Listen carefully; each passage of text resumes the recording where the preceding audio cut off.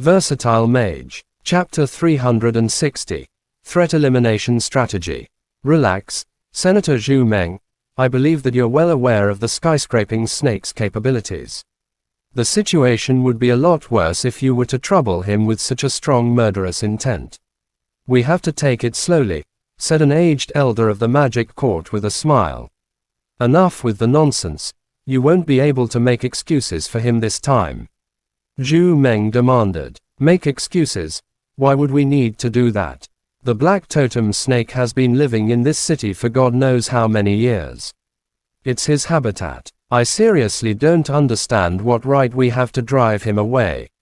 An elder who was obviously on the side of protecting the totem beast said in a righteous tone. It's your totem. It has nothing to do with us. All I care about is whether this beast will pose a threat to us, said Zhu Meng. I think you're not worried about the black totem snake disrupting peace. You're just concerned that as long as he's still here, your threat elimination strategy would never be in full swing, thus it won't be able to get you more supporters, which means you will never become the president of the Magic Palace. Zhu Meng glanced at the old man with a goatee and burst out laughing. The elder with the goatee harumphed coldly in return. No one in the meeting dared to offend this senator from the enforcement union, but he, Luo Mian, was never afraid of him. Luo Mian was also a senator himself, but he would never allow the black totem snake to be sacrificed as a stepping stone for someone pursuing power. I'll make this clear, Senator Luo Mian. The demon god that they worshipped is harming humans. If you think I'm purposely picking on him, go ahead and try calming the public after the terror that arose recently. Comfort the people living in this city.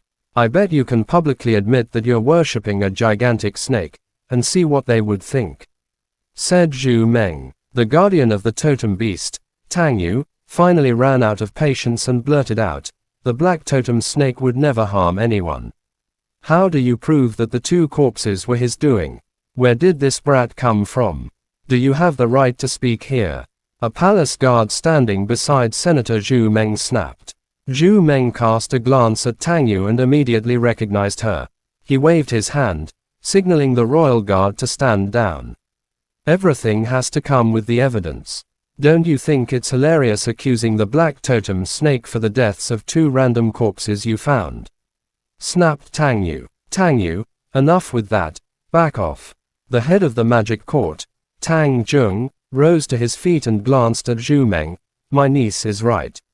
The accusation needs to be backed up with evidence. If our totem beast truly wants to kill, I don't think he would leave the corpses behind, either. Why would there be two rotten corpses that were only discovered a week after the incident? Or maybe you think you can treat us like retards and just falsely accuse our totem beast of being responsible for the deaths of the two corpses. That's right, we have to investigate the matter further, said a mediator. Investigations aren't my specialty. My job is to eliminate any possible threats. The fact that he had shown himself in the busy city is enough to list him as our highest priority target. You have 2 days to hand over the black totem snake, or I'll deal with him myself. Zhu Meng pointed with 2 fingers in a fairly strong attitude. You're unbelievable. Stop using your bullshit threat elimination strategy to condemn our totem beast. The old man with the goatee roared furiously. I'm a senator. I have the highest authority granted by the Oriental Pearl Tower and the Magic Palace. Now, if I say he's a threat, he is a threat. Zhu Meng had no intention to waste his time further with the stubborn people defending their totem beast. The black totem snake had posed a threat to the city with its sudden appearance. There were casualties being discovered. The people would demand an explanation from the government.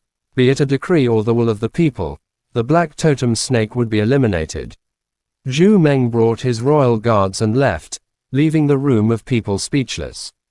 Those who were neutral and leaning toward the Oriental Pearl Tower and Magic Palace took their leave. The outcome was basically decided. Zhu Meng had come with a strong statement and evidence. The black totem snake would not be able to escape this time.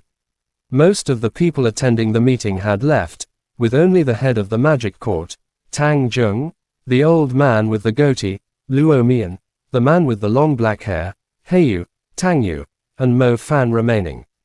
I didn't expect it to turn out like this, when we've been extremely cautious protecting it, Tang Jung sighed. He looked rather tired. What should we do now? Zhu Meng is resolved to deal with the totem beast. He has the upper hand this time. Even if we were to submit a written statement to a higher authority, we won't be able to calm the crowd, said Heiyu. I think that Zhu Meng is just trying to act tough. If he wants to take on the totem beast, just let him do it.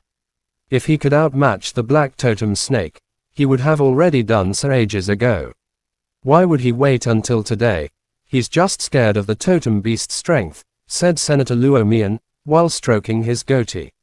Senator Luo, you might not know this, the totem beast undergoes ecdysis every 10 years. He only showed himself in the city because he is rather hot-tempered during this period. His strength would be significantly weaker during ecdysis, said Tang Jung.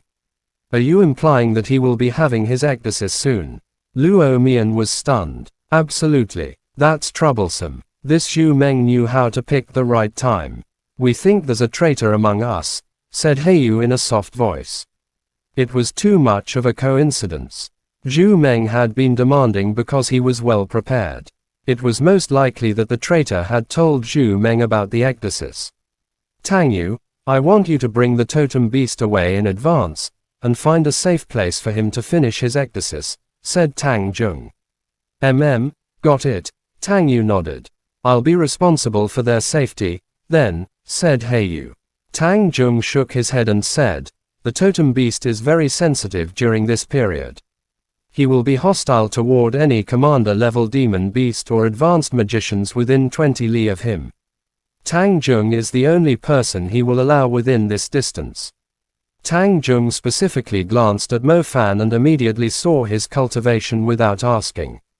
This young magician isn't advanced level yet, so it shouldn't be a problem for him.